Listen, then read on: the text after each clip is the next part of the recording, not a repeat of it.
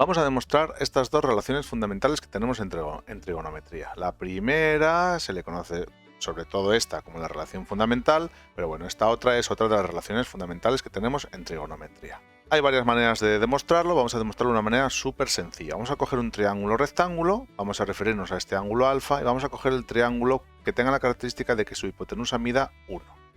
Como sabemos que el seno de un ángulo no depende del tamaño de los lados de un triángulo, sino que el seno de un ángulo solamente depende del propio ángulo, pues sabemos que lo que obtengamos en este triángulo se cumplirá en cualquier otro triángulo. Entonces fijaros que con respecto a este ángulo alfa, este cateto de aquí es el que conocíamos como cateto contiguo y este otro cateto de aquí lo conocíamos como cateto opuesto.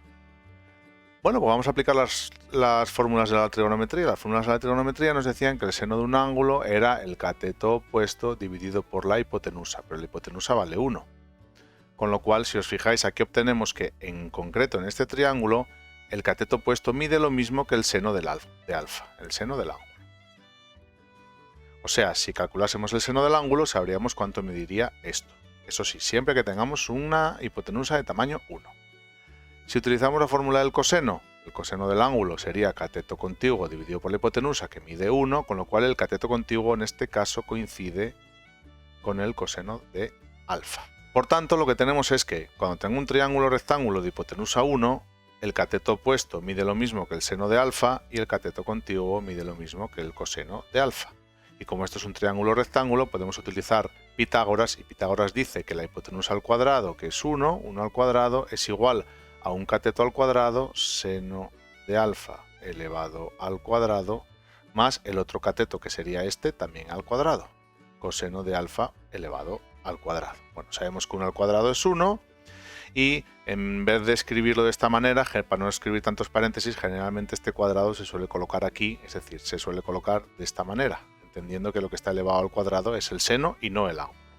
Con lo cual nos queda pues justamente esa igualdad que teníamos ahí, que nos dice que el seno de alfa al cuadrado más el coseno de alfa al cuadrado es igual a 1.